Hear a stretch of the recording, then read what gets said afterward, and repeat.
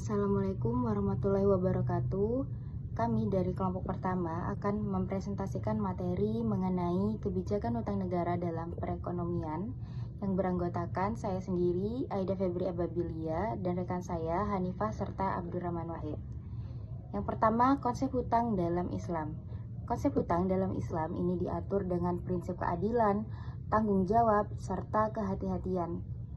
Islam memperbolehkan hutang untuk memenuhi kebutuhan penting atau yang mendesak, tetapi juga melarang penggunaan hutang untuk konsumsi yang berlebihan atau yang tidak penting. Hutang ini harus dilunasi secara tepat waktu, dan jika ada kesulitan, pihak ini memberi pinjaman yang dianjurkan untuk memberi keringanan atau menunda pembayaran. Selain itu, Islam ini melarang riba yang dianggap sebagai bentuk eksploitasi. Nah, hutang ini hanya melibatkan pokok pinjaman tanpa tambahan bunga. Nah, dalam hal yang kesulitan membayar, Islam ini mengajarkan untuk bersikap sabar dan memberikan waktu tambahan atau bahkan menghapus sebagian atau seluruh hutang sebagai bentuk kedermawanan. Nah, secara keseluruhan, hutang ini dalam Islam harus dilaksanakan dengan niat baik, jujur, dan tidak membebani pihak peminjam yang melebihi kemampuannya. Selanjutnya, pandangan Islam terhadap hutang. Dalam Islam, di sini terdapat dua pandangan mengenai hutang luar negeri dalam perspektif pembiayaan pembangunan negara. Pandangan pertama yaitu memperbolehkan adanya suatu budget defisit yang ditutup dengan external financing, di mana bentuk dan mekanismenya disebut sudah disesuaikan dan tidak bertentangan dengan ketentuan serta prinsip syariah. Dari adanya fakta historis bahwa bekerja sama dengan pihak lain dalam suatu usaha itu diperbolehkan, bahkan dianjurkan, seperti dengan penggunaan akad mudharabah, musyarakah, murabahah, dan lain sebagainya. Ini dapat dikembangkan sebagai bentuk external financing dalam anggaran negara. Kemudian untuk pandangan yang kedua ialah negara tidak diperbolehkan menutup budget defisit dengan melakukan hutang luar negeri. Karena pada pertimbangan preventif bahwa mekanisme pinjaman hutang luar negeri menggunakan sistem bunga. Sedangkan dalam Islam, bunga dalam bentuk apapun, baik itu dikonsumsi ataupun diproduksi, mau besar maupun kecil, secara tegas itu dilarang dalam Islam. Jadi dari pandangan Islam, praktek, proses, serta implikasi dari hutang luar negeri yang diterapkan di Indonesia itu tidak sesuai dengan ajaran Islam. Baik, untuk selanjutnya ada kebijakan utang pada masa pemerintahan modern, yaitu dibagi menjadi tiga: globalisasi, teknologi, dan perubahan iklim dan pandemi. Yang pertama yaitu mengenai kebijakan utang pada pemerintahan modern sangat dipengaruhi oleh sejumlah faktor global yang saling terkait seperti globalisasi, perkembangan teknologi, serta tantangan besar seperti perubahan iklim dan pandemi. Yaitu ada beberapa penjelasan bagaimana faktor-faktor tersebut mengaruhi kebijakan utang di era modern. Itu ada globalisasi. Globalisasi telah mendorong integrasi ekonomi yang lebih besar antara negara-negara yang membuat pasar global lebih saling bergantung. Yang kedua ada teknologi, yaitu kemajuan teknologi baik dalam sektor informasi maupun komunikasi turut membentuk kebijakan utang.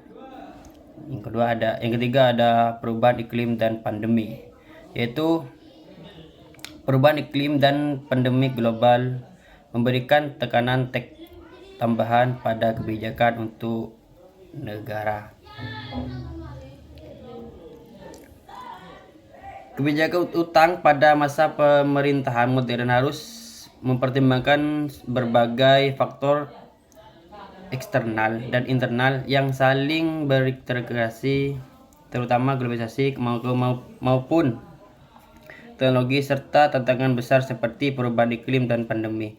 Pemerintah modern harus menjaga keseimbangan antara memanfaatkan utang untuk pembangunan dan pengelolaan risiko yang ditimbulkan untuk ketergantungan pada utang di tengah ketidakpastian global. Baik, untuk selanjutnya ada kebijakan utang pada masa pemerintahan modern, yaitu dibagi menjadi 3: globalisasi, teknologi, dan perubahan iklim dan pandemi. Yang pertama yaitu mengenai kebijakan utang pada pemerintahan modern sangat dipengaruhi oleh sejumlah faktor global yang saling terkait seperti globalisasi, perkembangan teknologi, serta tantangan besar seperti perubahan iklim dan pandemi. Yaitu ada beberapa penjelasan bagaimana faktor-faktor tersebut mengaruhi kebijakan utang di era modern. Itu ada globalisasi. Globalisasi telah mendorong integrasi ekonomi yang lebih besar antara negara-negara yang membuat pasar global lebih saling bergantung. Yang kedua ada teknologi, yaitu kemajuan teknologi baik dalam sektor informasi maupun komunikasi turut membentuk kebijakan utang. Yang ketiga ada perubahan iklim dan pandemi, yaitu perubahan iklim dan pandemi global memberikan tekanan tambahan pada kebijakan untuk negara. Kebijakan utang pada masa pemerintahan modern harus mempertimbangkan berbagai faktor eksternal dan internal yang saling berintegrasi, terutama globalisasi maupun teknologi, serta tantangan besar seperti perubahan iklim dan pandemi. Pemerintah modern harus menjaga keseimbangan antara memanfaatkan utang untuk pembangunan dan pengelolaan risiko yang ditimbulkan untuk ketergantungan pada utang di tengah ketidakpastian global. Baik, selanjutnya saya akan menjelaskan mengenai risiko atau bahaya serta solusi dari hutang. Yang pertama yaitu risiko, yaitu stres dan tekanan, di mana beban hutang yang besar dapat menyebabkan stres, kecemasan, dan tekanan emosional yang signifikan. Yang kedua yaitu beban keuangan. Hutang yang terus menumpuk dalam waktu yang lama akan menciptakan beban keuangan yang berat. Bunga yang harus dibayar setiap bulan akan mengurangi pendapatan yang seharusnya bisa digunakan untuk kebutuhan-kebutuhan yang lain. Yang ketiga yaitu kerusakan kredit, di mana bagi individu yang gagal membayar hutang dapat merusak skor kredit sehingga sulit untuk mendapatkan pinjaman di masa mendatang. Yang keempat yaitu krisis ekonomi, di mana pada skala ini, yaitu skala yang lebih besar, hutang negara yang tidak terkendali dapat memicu krisis ekonomi. Selanjutnya yaitu solusi dari hutang. Yang pertama yaitu membuat anggaran, di mana menyusun anggaran yang realistis serta disiplin. Dalam hal ini, memprioritaskan pembayaran hutang dan mengurangi pengeluaran yang tidak perlu. Yang kedua yaitu konsolidasi hutang, yang dimana jika memiliki hutang dengan bunga yang banyak atau bunga yang tinggi, pertimbangkan untuk mengonsolidasikan hutang menjadi satu dengan bunga yang lebih rendah. Yang selanjutnya yaitu menambah pendapatan, misalnya dengan bekerja sampingan atau menjual aset yang tidak terpakai. Yang terakhir yaitu mengubah gaya hidup, di mana menyesuaikan gaya hidup dengan kemampuan finansial. Hindari membeli barang-barang yang tidak diperlukan serta fokus pada kebutuhan dasar.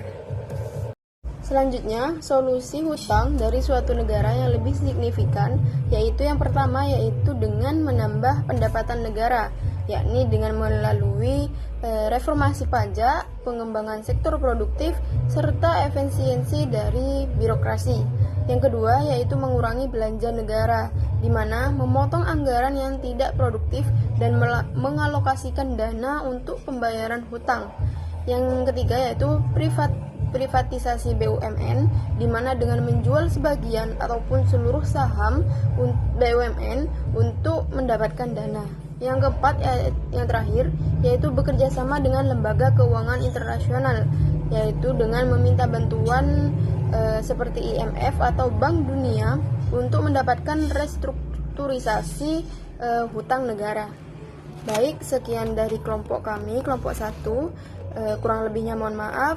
Wassalamualaikum warahmatullahi wabarakatuh.